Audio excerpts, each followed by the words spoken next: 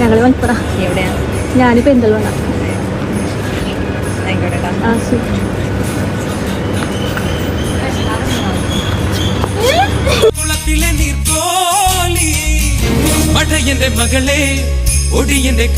Happy birthday.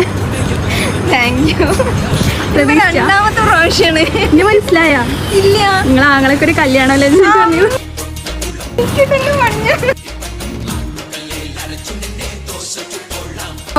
എന്ത് പറയാനുള്ളേ?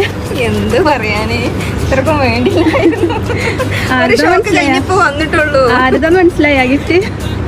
നന്നല്ലേ, വീട്ടിൽ നന്നല്ലേ? അല്ല, അമ്മേ ഇവരെല്ലാരും കൂടി. അതിപ്പോ അങ്ങനെ തന്നെ. ഹാപ്പി ആയില്ലേ?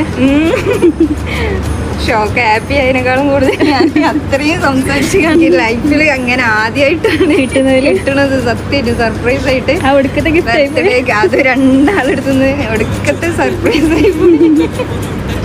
Thank you. ശരി ശരി എന്നാ.